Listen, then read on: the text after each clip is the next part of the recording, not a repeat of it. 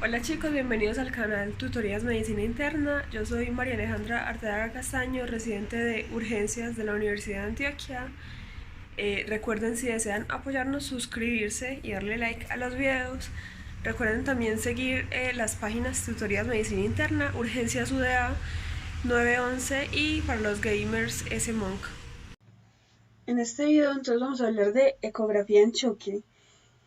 Este video tenemos varias partes pues que requieren que uno tenga algunos conceptos básicos de ecografía para poder como comprender fácilmente lo que vamos a hablar. Entonces, pues si lo quieren ver y en casa que consideren que no hayan partes que sean fáciles de entender, esperamos comentarios para poder luego como iniciar una serie de videos respecto a principios de ecografía e ir como avanzando en todo este concepto.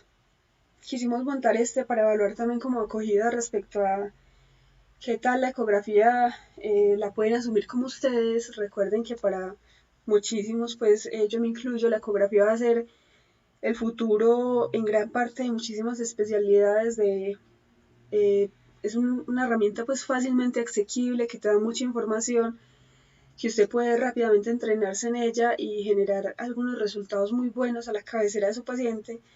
Entonces, por eso pues como quisimos iniciar esta serie de videos. Para este video específicamente agradezco a Jason Espinal que me compartió algunas de sus diapositivas y demás conceptos para compartirles a ustedes.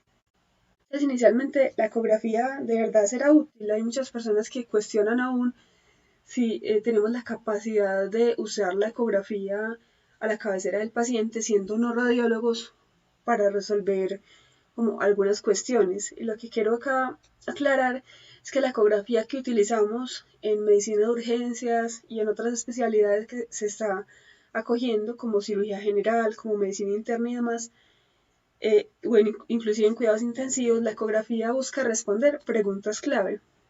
Por ejemplo, en este caso que vamos a hablar de ecografía en choque, yo tengo un paciente con un choque que yo desconozco el origen y es común. Muchas veces uno tiene un paciente en choque, hipotenso o hipoperfundido y yo no sé por qué está en choque. Entonces yo ese paciente con choque indiferenciado, tengo una herramienta como la ecografía que es de fácil acceso, barata, económica, de todo y te puede dar muchísima información respecto a por qué tu paciente está en choque.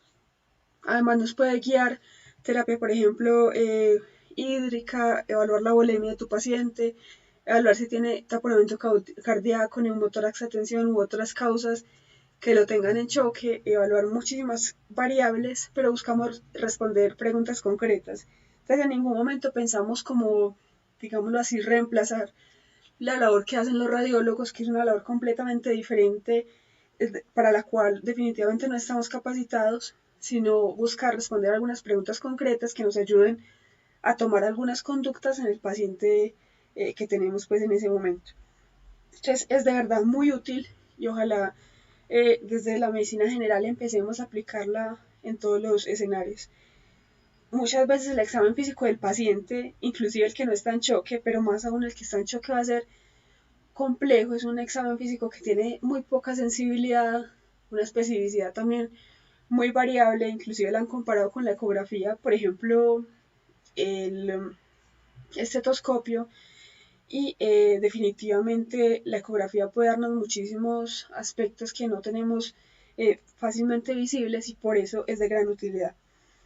Hay una alta mortalidad de ese paciente en choque, por eso vamos a hablar de la ecografía en choque, porque usted si rápidamente toma conductas, si usted conoce la causa del choque de su paciente, puede tomar un camino diferente y llevar a mejores resultados, que esto está relacionado pues con el tiempo de hipoperfusión e hipotensión de su paciente. Entonces el tiempo ahí es oro y la reanimación con ultrasonido podría ser de gran utilidad. Entonces cuando hablamos de ecografía en choque, tenemos varios protocolos, entre ellos uno de los más aceptados son el Roche. Y en el protocolo Roche, lo que ellos hacen es evaluar el cuerpo como un conjunto de tres factores que ya vamos a hablar, pero entonces vemos que ellos evalúan varias ventanas, entre ellas evalúan el paraesternal largo, paraesternal corto, ventana subxifoidea, apical 4 cámaras, pero también evalúan entonces el tamaño de la vena cava, la aorta abdominal, evalúan pulmón y con esto tienen todo un modelo fisiológico del cuerpo como bomba, tanque y tuberías y nos llevan como a definir el tipo de choque de nuestro paciente. Y ya posteriormente sale este simple en el que nos hacen como una lista de fácil recuerdo de qué tengo yo que evaluar en el paciente en choque para poder llegar a un diagnóstico mucho más específico, mucho más oportuno.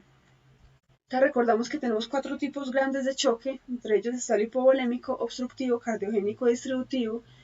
El choque hipovolémico casi siempre es, fácilmente detectable pues por la clínica. Es un paciente, por ejemplo, con trauma o el paciente que, digamos, previamente yo conozco que tenga un aneurisma abdominal o demás y tenga un choque hipovolémico, pero en ocasiones yo desconozco esto y podría también ser de utilidad la ecografía. El choque obstructivo, que si bien es el que menos porcentaje tiene, más o menos el 2% de los choques son de este origen, es un choque que muchas veces no encontramos la causa, porque entonces mi paciente tiene un TEP o mi paciente tiene, por ejemplo, un taponamiento cardíaco que no fácilmente por la clínica podríamos detectar y la ecografía podría ser de gran utilidad. El paciente con choque cardiogénico o el paciente con choque distributivo que nos ayuda también desde el inicio al diagnóstico hasta todo el proceso de reanimación posterior. El protocolo Roche, como les decía, evalúa la bomba, que es el corazón, el tanque, entonces que es todo donde yo tengo, digamos, la volemia en mi paciente y las tuberías como venas y demás, que ya vamos a ver como cada uno. Entonces, en este protocolo simple que les decía, que rápidamente usted tiene unos factores para evaluar, usted dice, en la S yo voy a evaluar el tamaño de las cámaras, la forma y particularmente el tamaño del ventrículo izquierdo y ventrículo derecho y compararlos respectivamente uno de otro. Con la I yo voy a tener entonces el índice de vena cava, voy a mirar el tamaño de la vena cava y la colapsabilidad. Puedo mirar la aorta y puedo mirar si tiene flaps que sugieran disección aórtica o, por ejemplo, entonces que tengo una ruptura de la aorta. Con la M voy a evaluar si hay masas en la cámara cardíaca, por ejemplo, un mixoma atrial o que tenga trombos, por ejemplo, que muchas veces se logra ver el trombo en tránsito. Y voy a evaluar el miocardio, entonces voy a evaluar cómo se está moviendo el miocardio, cuál es el grosor de las paredes del miocardio. Con la P tengo la efusión pericárdica, líquido pericárdico o pleural y voy a evaluar si esto está llevando a mi paciente de choque. La L entonces la función sistólica ventricular izquierda y con la E voy a evaluar la aorta abdominal en el epigastrio. Y cada una de ellas tenemos entonces estas posiciones del ecógrafo que podemos utilizar varios transductores o utilizar el que tengamos disponible, ojalá sectorial o convex, y con estos tenemos las ventanas pues como apropiadas. Entonces cuando usted evalúa la bomba inicialmente, vamos a evaluar el corazón y con el corazón usted se va a responder 3 preguntas. Mi paciente tiene fusión pericárdica, es decir, tiene líquido pericárdico. Ese líquido pericárdico está llevando a mi paciente a choque. Posteriormente usted evalúa tamaño y contractilidad del ventrículo izquierdo y evalúa la relación del ventrículo derecho con el ventrículo izquierdo o si hay signos de disfunción ventricular derecha. Con el tanque, entonces usted ahí se va a evaluar el volumen intravascular efectivo. En ese caso, la vena cava es de gran utilidad. Usted mide vena cava, mide venas yugulares, evalúa además pulmón, cavidad pleural y cavidad abdominal en caso de que haya líquido, edema pulmonar, ascitis o derrame pleural.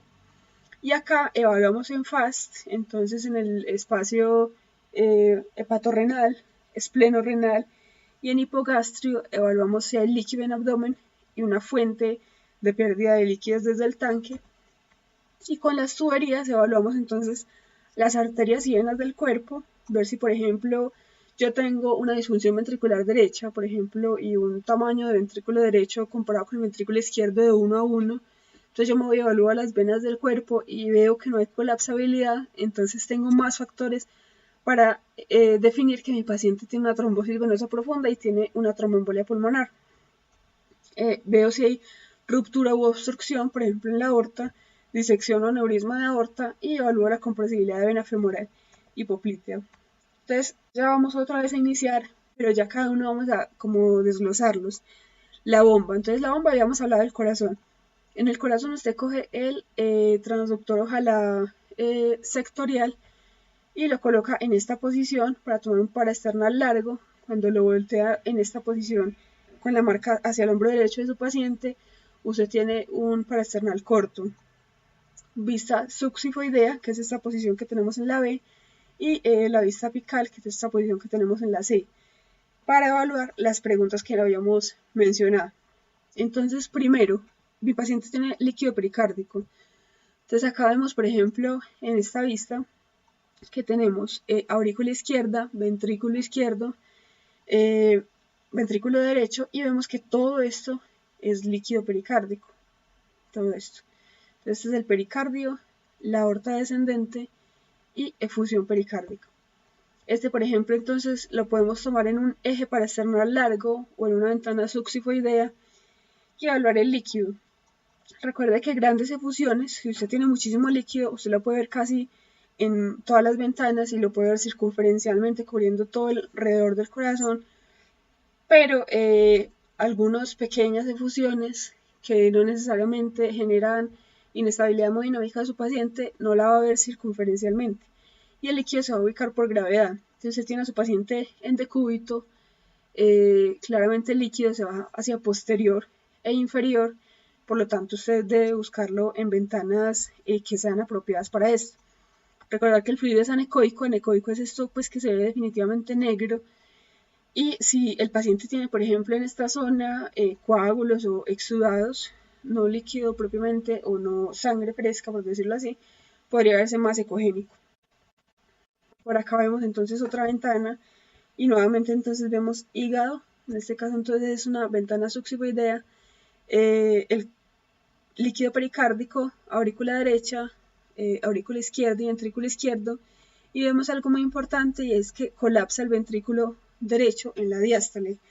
¿Qué pasa? Que si usted tiene líquido pericárdico, como el ventrículo derecho y la aurícula derecha funcionan más, digamos, por presión del ventrículo izquierdo que por propiamente su fuerza, por decirlo así, en diástole este líquido va a comprimir el ventrículo derecho y por eso vemos este hallazgo, que esto es un indicativo de que el paciente tenga compromiso hemodinámico y taponamiento cardíaco. Muchas veces no tienen, por ejemplo, hipotensión, pero si su paciente tiene un hallazgo como este, además, por ejemplo, también puede tener colapso de la aurícula derecha al final de la diástole, también puede indicar que su paciente esté teniendo taponamiento cardíaco. Usted puede dar además que se bambolea el corazón, en todo este líquido del corazón va de un lado a otro, y la clasificación del derrame, si bien no es algo que tenga un impacto en las conductas que usted vaya a tomar, se define como pequeño, menor a 1 centímetro y no circunferencial, que no cubre todo la circunferencia pues, del corazón, moderado menor a 1 centímetro, pero que sea circunferencial, grande 1 o 2 centímetros circunferencial y muy grande más de 2 centímetros con o sin evidencia de taponamiento, que son los signos que les había mencionado.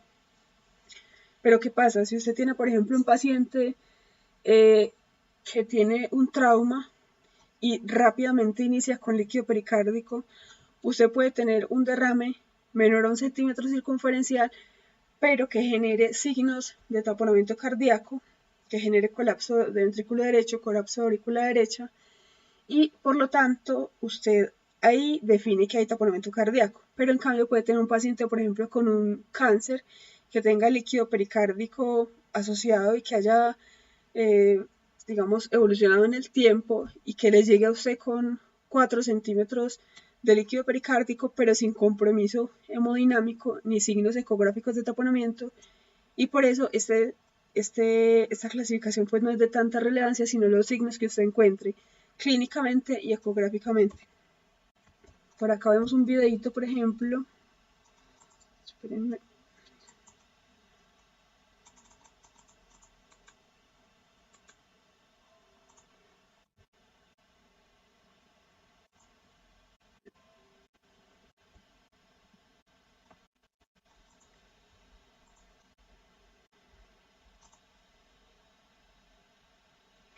Bueno, y acá vemos este videito en el cual usted ve el líquido pericárdico el ventrículo derecho que casi ni se alcanza a ver precisamente porque está siendo comprimido por este líquido pericárdico, y también la aurícula derecha logra en algunos momentos comprimirse acá, y acá vemos pues algunas como masas en este pared pues ventricular.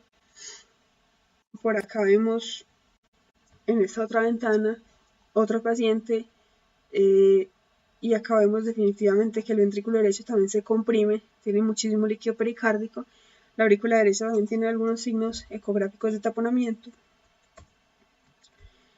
y entonces ahí ya evaluamos esa parte de efusión pericárdica.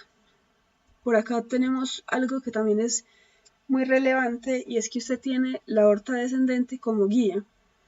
Entonces, cuando usted tiene una efusión pericárdica, usted la tiene que ver delante de la aorta descendente para que no esté confundiéndose con líquido pleural. Acá vemos, por ejemplo, el corazón, esto es líquido pericárdico, pero esto es líquido pleural, porque está por detrás ya de la aorta descendente que vemos en este caso. Y en este caso que vemos también líquido pleural en un eje corto, ventrículo izquierdo, ventrículo derecho, y todo esto que también es efusión pericárdica. Por acá lo que les decía, entonces usted tiene la aorta descendente y esto es líquido pleural, esto es líquido pericárdico, lo que esté delante de la aorta descendente. Por acá entonces ya evaluamos si hay efusión pericárdica, si no, y si hay signos de taponamiento o no, y si esa tiene, por ejemplo, a su paciente en choque. Ya luego usted pasa a evaluar la contractilidad del ventrículo izquierdo, que esto, si bien hay muchas medidas, usted también puede clínicamente, ojalá pues ante un entrenamiento previo, conocer cualitativamente cuál es, si su corazón tiene unas adecuadas contracciones. Entonces, mi corazón tiene unas contracciones adecuadas, fuertes, o no, son intermedias, mi corazón no se está contrayendo apropiadamente. O puedo evaluar, por ejemplo, el movimiento de la valva anterior de la mitral contra el septum, que es de gran ayuda. Entonces, por ejemplo, para evaluar la bomba, podemos tener estas ventanas. Acá tenemos una apical, un paraesternal largo, un paraesternal corto, y evaluamos en esas tres cámaras el movimiento del corazón, la contractilidad. Entonces, por ejemplo, en un eje paraesternal largo, lo que vemos en diástole es esto: ventrículo izquierdo, ventrículo derecho, aurícula izquierda, y en sístole nuevamente es lo mismo, pero recordar pues que ya tenemos entonces algunos cambios en las paredes, en las válvulas y demás, que van a indicar entonces la contractilidad de mi paciente. Pero, por ejemplo, acá tenemos entonces el mismo eje paraesternal largo, pero vemos que este corazón tiene pobre contractilidad, y tanto en diástole como en sístole el cambio es muy mínimo. Por lo tanto, usted ahí dice la contractilidad del corazón está disminuida, y cualitativamente usted puede considerar que ese paciente tenga una inotropía pues inadecuada. O usted puede evaluar el movimiento de la valva anterior de la mitral en ese eje paraesternal largo, y usted dibuja una línea que vaya desde el ápex hasta la base de su corazón a lo largo de la cavidad media pues del ventrículo izquierdo. Y lo que pasa, por acá vemos, es que en la diástole temprana las válvulas de la válvula mitral se separan, y la valva anterior de la misma se va a dirigir hacia el septum, este movimiento. Entonces la valva está acá, y en la diástole temprana se separa y se va hasta el septum. Entonces usted con esta línea, usted dice, si esta valva atravesó la línea que yo tracé, el paciente podría tener una buena contractilidad, una buena función ventricular. Pero si no la atraviesa, la función ventricular izquierda puede estar severamente disminuida. Entonces por acá tenemos este videito que vemos, por ejemplo, cómo usted atraviesa con una línea y esta valva definitivamente no llega al septum ni atraviesa la línea. Entonces la contractilidad de este corazón está definitivamente disminuida. Otro aspecto que usted puede evaluar es el acortamiento longitudinal en una apical 4 cámaras. Usted toma esta ventana y lo que encuentra es que en diástole y en sístole el corazón, la base del corazón tiende a acercarse hacia el ápex, y debería ser más de 1 centímetro que tiende a acercarse. Esos segmentos pues alcanzan su máxima longitud al final de la diástole, y en sístole se acortan, digamos, como parte de toda esa inotropía y esa fuerza que ejerce el corazón durante la eyección de la sangre. Y la otra que tenemos es el punto E, el punto de separación septal, EPSS, que es que usted toma acá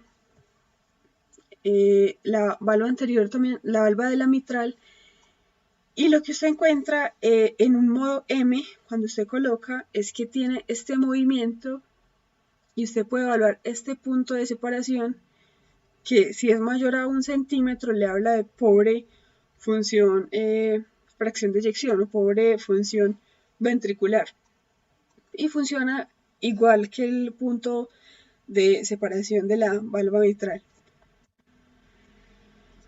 Posteriormente, entonces ya usted evalúa si hay sobrecarga ventricular derecha. Recuerda que hay procesos agudos y procesos crónicos. Hay pacientes que tienen, por ejemplo, una hipertensión pulmonar crónicamente pues conocida, que llega con una patología y que usted puede tener un corazón derecho que parezca o que tenga pues definitivamente sobrecarga, pero que sea un proceso crónico. Diferente a un paciente que, por ejemplo, no tiene antecedentes, pero tiene una tromboembolia pulmonar, un proceso agudo y le da una, pues tiene una falla ventricular derecha agudamente también asociada al proceso. Y entonces esto lo diferenciamos porque en el paciente que tiene el proceso agudo, el grosor de las paredes en diástole va a ser muchísimo menor. Claramente pues no hay hipertrofia asociada, entonces la pared del ventrículo izquierdo y septum va a ser menor a 1 centímetro y la pared del ventrículo derecho menor a 0.5 centímetros en diástole. Mientras que el paciente con la patología crónica sí va a tener un grosor aumentado de las paredes. Por acá vemos, por ejemplo, un eje paraesternal largo, ventrículo izquierdo, ventrículo derecho, y vemos que este ventrículo derecho está definitivamente aumentado de tamaño.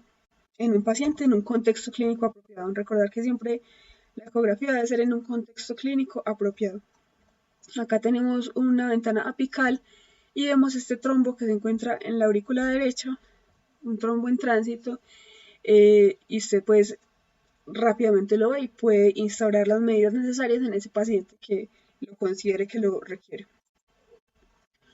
Por acá vemos otra ventana, un eje paraesternal corto, y vemos ventrículo izquierdo, ventrículo derecho, y vemos que inclusive esta pared se aplana hacia el ventrículo izquierdo precisamente por esta sobrecarga que está ejerciendo el ventrículo derecho. Ya posteriormente de evaluar la bomba, lo que pudimos evaluar, vamos a evaluar el tanque. Entonces en el tanque evaluamos el volumen y acá tenemos varias ventanas que podemos utilizar. La primera es este eje largo de la vena cava, entonces ponemos el transductor de esta forma, la A. La B, entonces evaluamos FAST y evaluamos ventana hepatorrenal, espleno-renal, y adicionamos si hay líquido pleural en ambos lados. Podemos evaluar entonces luego el líquido en pelvis, un FAST en pelvis, y evaluar si hay líquido libre. Y en la E evaluamos si hay neumotórax por la pleura o evaluamos si hay edema pulmonar. Con el volumen entonces tenemos, con esta A de la vena cava, que si usted tiene una vena cava menor a 2.1 centímetros y además colapsa más de 50%, es decir, en inspiración esa vena cava disminuye más de 50% de su diámetro, usted tiene una presión de la aurícula derecha que está entre 0 y 5 milímetros de mercurio, es decir, usted no tiene una sobrecarga ya asociada y usted puede irse hacia un lado de los choques que definitivamente no tienen sobrecarga. Usted puede decir, este paciente puede tener un choque diferente a obstructivo. En cambio, si ese paciente tiene un índice de vena cava más de 2.1 y colapsa menos del 50%, es decir, una vena cava que está pletórica, que no va a tolerar o responder a líquidos, en inspiración claramente esa colapsabilidad se correlaciona con una presión auricular derecha mucho mayor y por lo tanto usted se va hacia el paciente que tiene un choque de posible origen obstructivo u otros pues que puedan tener este patrón. Por acá tenemos la vena cava que la tomamos en ese eje que habíamos visto, en esta A. La vena cava a la entrada de la aurícula derecha y la idea es que usted tome un modo M y con ese evalúa el diámetro mayor, el diámetro menor y con eso usted define cuánto colapsó su vena cava en inspiración. Con eso usted define aproximadamente el volumen de su paciente, le da una aproximación pues un poco acertada respecto a la tolerancia a líquidos de su paciente. Por acá tenemos este videito. En esta vena cava, en esta, espérenme que no se está viendo el puntero, eso. Y vemos que está pletórica y no colapsa. En inspiración es una vena cava que está entrando a la aurícula derecha y tiene posiblemente una presión pues muy elevada asociada. Entonces ya usted ahí evalúa el tanque y usted se va hacia un lado u otro dependiendo de lo que usted encontró. Entonces usted tiene un tanque que está depletado o colapsa, entonces usted se puede ir hacia que su paciente tiene un choque hipovolémico o que podría ser distributivo o en ocasiones podría ser cardiogénico. Pero si por ejemplo su paciente tiene una vena cava distendida, dilatada, pletórica, que no colapsa, que no va a tolerar líquidos, entonces usted se va hacia que su paciente tiene un choque obstructivo o cardiogénico. Ahí podemos evaluar en ese tanque también el área al final de la diástole del ventrículo izquierdo. Este tendría pues otros factores que evaluar con su ecógrafo, pero el tamaño del corazón refleja el estado de precarga y esto pues te da una idea del volumen intravascular. Entonces cuando se tiene un área al final de la diástole del ventrículo izquierdo menor a 10 centímetros cuadrados, indica hipovolemia, pero si es de más de 20 sugiere sobrecarga de volumen y usted se va hacia el otro lado del tipo de choque que habíamos hablado.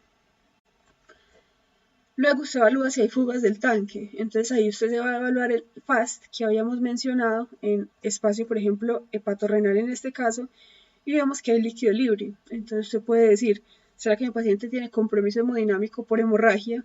Entonces puede ser un embarazo ectópico roto, cuerpo lúteo hemorrágico, una ruptura de un aneurisma de aorta, extravasación de fluidos, o que tenga, por ejemplo, colecciones de fluidos patológicos en abdomen tórax, o que tenga sobrecarga, por ejemplo, en pulmón. Se va a evaluar entonces espacio hepatorrenal, espleno-renal, en hipogastrio, y se va a evaluar posteriormente pulmón. Por acá vemos, por ejemplo, se vinieron a evaluar el espacio espleno-renal, suben y evalúan el espacio pleural y encuentran que hay líquido pleural y este signo que es la aleta de tiburón, que es el pulmón, digamos, bailando en este líquido pleural, que en un contexto apropiado pues te daría algunas indicaciones. En este hipogastrio encuentran líquido libre en esa cavidad, entonces ya usted se va hacia otro espectro de choque de su paciente según lo que usted esté sospechando. Evalúa el pulmón, que en el pulmón entonces tenemos dos cosas por evaluar, si hay neumotórax o si hay edema pulmonar. Entonces en el caso, por ejemplo, de neumotórax, usted evalúa la pleura, que si usted tiene el mismo transductor la puede evaluar, pero ojalá con un transductor lineal. Y en esto la idea es que usted encuentre el sliding pleural, que la pleura se esté moviendo como un gusanito, y que usted encuentre en modo M el signo de la playa y la arena. Si el paciente tiene neumotórax, usted va a encontrar una pleura que no se mueve, que no hay sliding, que no hay movimiento, deslizamiento pleural. Y en modo M usted encuentra este signo que es el código de barras o de la estratosfera, que indica que definitivamente esta pleura no se está moviendo y el paciente tiene un neumotórax. Espérenme un segundo.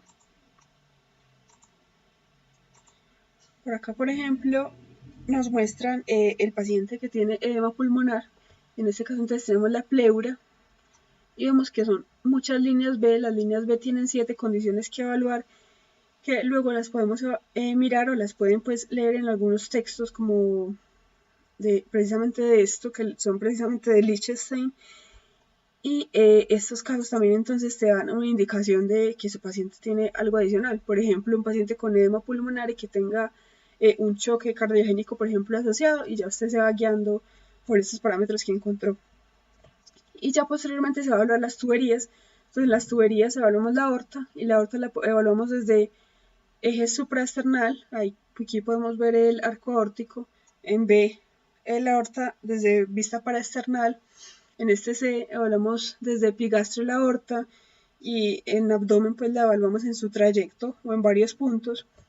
Y posteriormente podemos evaluar con un transductor lineal la femoral poplitea y evaluar la compresibilidad de estas venas para que nos indiquen también en el paciente apropiado un choque, por ejemplo, de origen obstructivo por una tromboembolia pulmonar.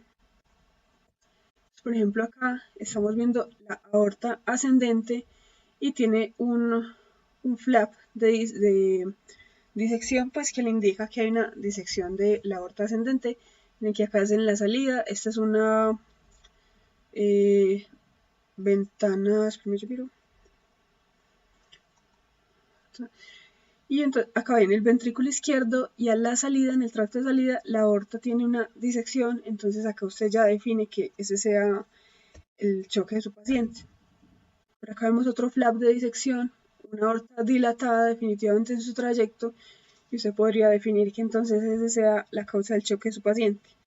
O en este caso, por ejemplo, usted se puede evaluar la aorta en abdomen y encuentra una aorta que tiene esta luz, pero que tiene realmente este diámetro. Y en general, cuando son aneurismas rotos, tienen un diámetro mayor a 5 centímetros, en general más de 3 centímetros ya se define aneurisma, y este paciente entonces usted podría encontrarle esa causa de choque. En este caso miren que mide 8.6 centímetros. Por acá entonces usted se va a evaluar también toda la aorta en todo su trayecto, como habíamos dicho, en abdomen, y acá encuentran por ejemplo un flap de disección, nuevamente por acá, un lumen que parece pues, pero este es como el verdadero lumen y este es un lumen falso que está generando precisamente la aorta. Y luego ya se va a evaluar la parte venosa, se encuentra acá la femoral y posteriormente se va a evaluar la poplita y encuentra si hay compresibilidad o no. Por ejemplo, acá tenemos este video, ellos comprimen y miren que la vena no comprime completamente. No necesariamente tiene el trombo ahí, no necesariamente, pero todo ese fenómeno inflamatorio genera que no haya compresibilidad propia de las venas. Por acá otro, nuevamente están comprimiendo y miren que no hay ninguna compresibilidad de la vena, como deberíamos pues como esperar. Entonces recordamos ahí el protocolo, el SIMPLE, que es esta mnemotecnia para que recordemos qué hallazgos vamos a encontrar. Entonces en la S, tamaño de la cámara, evaluamos en la I la vena cava, evaluamos si hay flap intimal, en M miocardio, masas en el corazón, pericardio y pleura, si hay efusión. En la L evaluamos la función sistólica del ventrículo izquierdo y en la E evaluamos la aorta abdominal en epigastrio. Y cada uno de ellos le va a dar unos criterios, unos hallazgos que lo pueden guiar hacia qué tipo de choque tiene su paciente. Entonces, un ejemplo, si usted tiene un choque cardiogénico, usted puede encontrar un ventrículo izquierdo dilatado, puede encontrar una vena cava que está distendida y que colapsa menos de 50%, porque al paciente no le falta volumen, le falta inotropía. Puede encontrar que no hay flap intimal porque el choque es cardiogénico, entonces no hay disección aórtica. Puede encontrar un miocardio que está hipokinético. Puede encontrar, por ejemplo, trombos en el caso de que el paciente tenga una fibrilación atrial o un infarto agudo de miocardio. Puede encontrar algo de líquido pleural, pero no necesariamente con signos de taponamiento cardíaco. Podría encontrar efusión pleural, porque en el choque cardiogénico pues es común encontrar algo de líquido pleural. Encuentra una función sistólica del ventrículo izquierdo pobre y en epigastrio la aorta la va a encontrar normal. Otro tipo de choque, por ejemplo, distributivo, o vámonos al séptico, que es uno muy común, el más común, el tipo de choque más común. ¿Qué va a encontrar usted en cámaras? Tempranamente usted puede encontrar un área diastólica al final pues, del ventrículo izquierdo pequeña, porque haya, por ejemplo, algo de hipovolemia, pero finalmente podría encontrar normal o dilatada, inclusive por miocardiopatía séptica. La vena cava tempranamente usted puede encontrar que colapsa, porque tempranamente podría haber alguna tolerancia o respuesta a líquidos, pero luego puede encontrar la vena cava distendida. Puede encontrar además, por ejemplo, que su paciente tenga, no tenga pues entonces flap, espérame yo, cojo el cosito, no tenga flap intimal, porque precisamente su paciente no tiene una disección aórtica en este caso. Espérame yo una cosita acá. Y en el miocardio se va a encontrar tempranamente hiperdinámico, ese corazón está teniendo esa respuesta hiperdinamica a toda esa carga que se le está brindando por la sepsis o el choque séptico. Tardíamente podría encontrar miocardiopatía, entonces podría encontrar miocardio hipokinético. No deberían haber masas en corazón. Efusión pericárdica tampoco esperaría uno encontrar. Podría encontrar uno líquido pleural si hay neumonía. Podría encontrar tempranamente una función sistólica del ventrículo izquierdo normal o, digamos, aumentada, hiperdinámica, por la respuesta al choque y tardíamente disminuida o alterada, y en epigastrio la aorta debería encontrarse normal. Básicamente esta tablita pues da como mucha ayuda, pero en realidad uno se va guiando según cada tipo de choque que debo encontrar. Yo no espero que mi paciente, por ejemplo, en el que yo le estoy buscando un choque y pienso que sea de origen, por ejemplo, una ruptura de aorta abdominal, que yo le encuentre un neumotórax, no tendría como mucha correlación y por lo tanto entonces debo replantearme el caso. O si por ejemplo yo pienso que mi paciente tiene una disección aórtica, no la encuentro, pero encuentro líquido pericárdico y signos de taponamiento, entonces tengo más motivos para pensar, por ejemplo, que si haya tenido, por ejemplo, una disección y que tenga además ese taponamiento cardíaco asociado y me guío pues como para qué terapias tomar. O, por ejemplo, el paciente con embolia pulmonar, que muchas veces son pacientes inespecíficos, a veces causas muy poco, pues que ayudan muy poco, o paciente que está muy chocado y usted no lo puede llevar, por ejemplo, a angiotac, y usted encuentra signos de disfunción ventricular o un trombo en tránsito, un ventrículo derecho definitivamente dilatado agudamente, y que el paciente tenga, por ejemplo, un volumen intravascular adecuado, una vena cava pletórica no colapsable, usted se llena de motivos para pensar en embolia pulmonar y tomar las conductas apropiadas en su paciente. Es como una invitación para que empecemos a usar la ecografía en más aspectos, pero siempre recordar que tenemos que tener el entrenamiento apropiado y usarla también en el paciente que lo requiere verdaderamente. Muchas gracias.